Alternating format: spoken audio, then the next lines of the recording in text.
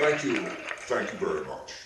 I'm Tadek Polinski, and welcome to my very first show, the Tadek Polinski Show. No doubt you've already noticed our modest surrounding, a direct result of our bank loan being disapproved. As a result, we've had to make a few compromises. I hope you understand.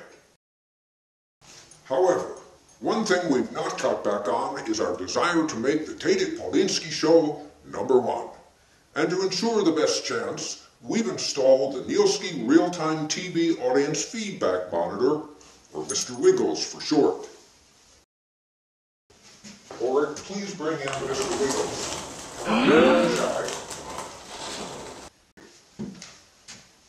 I said we had to make a few compromises.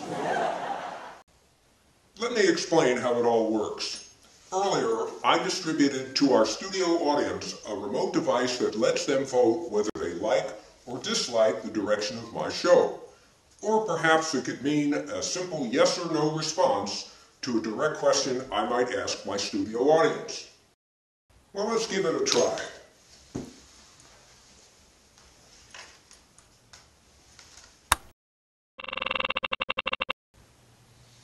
Well, everybody likes ice cream.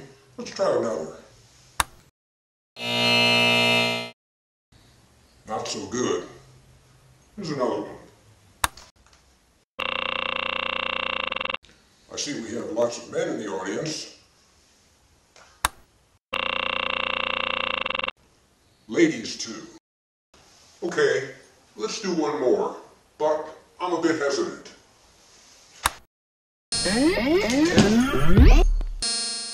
Exactly what I thought. Maybe this will help.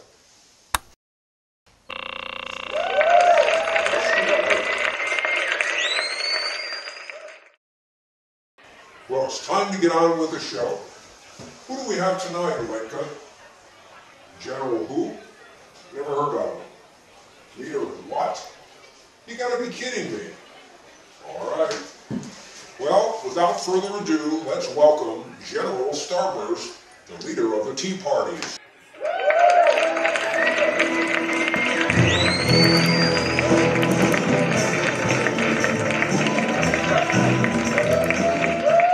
Hey, can I get a few chairs?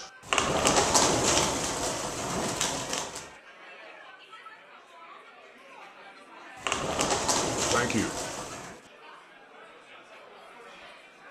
Please, have a seat. General Starburst, let me be the first to welcome you to my show, the Tadek Polinski Show. It's a pleasure to be here, Mr. Polinski, and I really appreciate the opportunity. You're very welcome, General Starburst, and please, call me Tadek. Okay, Tadek. Hey, weren't we supposed to be on the air? Can we get a little help here? Hit it? That's better. Let's see, where were we? Well, let's get right to it. It says here, you're the leader of the Tea Parties. Is that true? Really? Got it. Yes, it is true. I was given a 6-month ballot field commission by the Tea Parties. My mission was to report back to them when my objectives were completed. I must have missed that meeting. I assume you can provide a copy of your orders validating your claim. Of course I can. Well, where are they? You can find them in the same lockbox as this president's birth certificate. Touché, General Starburst.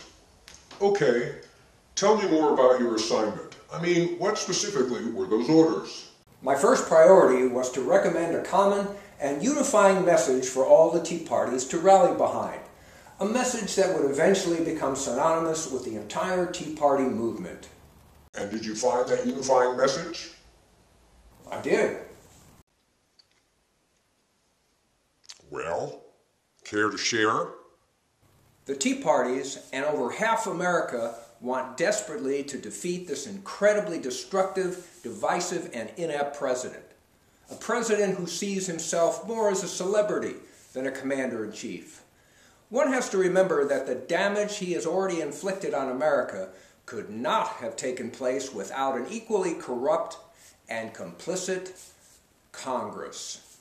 Therefore, my recommendation to all the Tea Parties for the unifying message they requested as part of my ballot field commission is to vote all Washington incumbents out when they become due for re-election.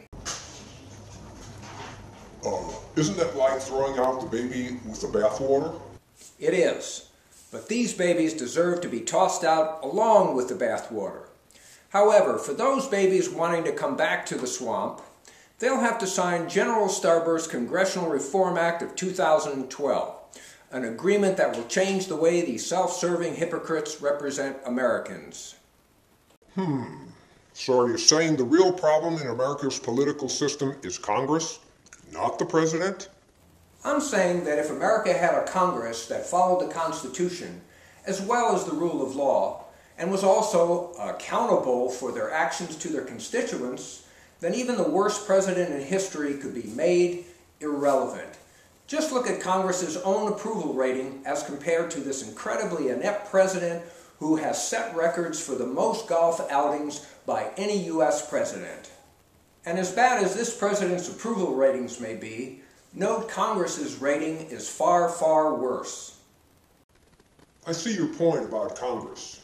Is there an example that sticks out in your mind that illustrates your point better than most? I could give you hundreds of examples, but let's just look at one that deals with this president's Constitution eligibility to even be president of these United States. It's no secret there are dozens of lawsuits regarding this matter, and this president has yet to provide any valid document that would support he was a natural-born citizen, as our Constitution requires. However, his last attempt to finally put this issue to rest, once and for all, by issuing his birth certificate for the third time, was so bad in its attempt it was equivalent to preparing it with notebook, pad, and crayons. Yet not a peep from any congressional member, either party. And while we're on the subject of Congress, politician was never meant to be a lifetime vocation. They're all overpaid, overperked, and oversexed. Term limits would be a great start, along with a pay cut. They should make as much as a private in the military.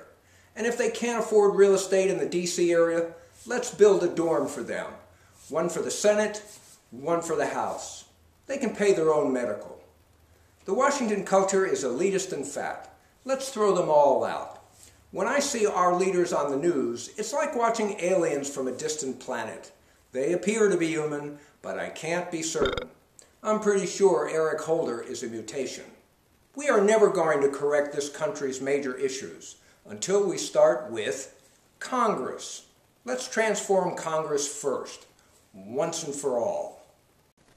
Yeah, I would agree. Congress needs big-time transformation. Hey, let's get back to Obama's last birth certificate you talked about. Are you saying it's a fraud?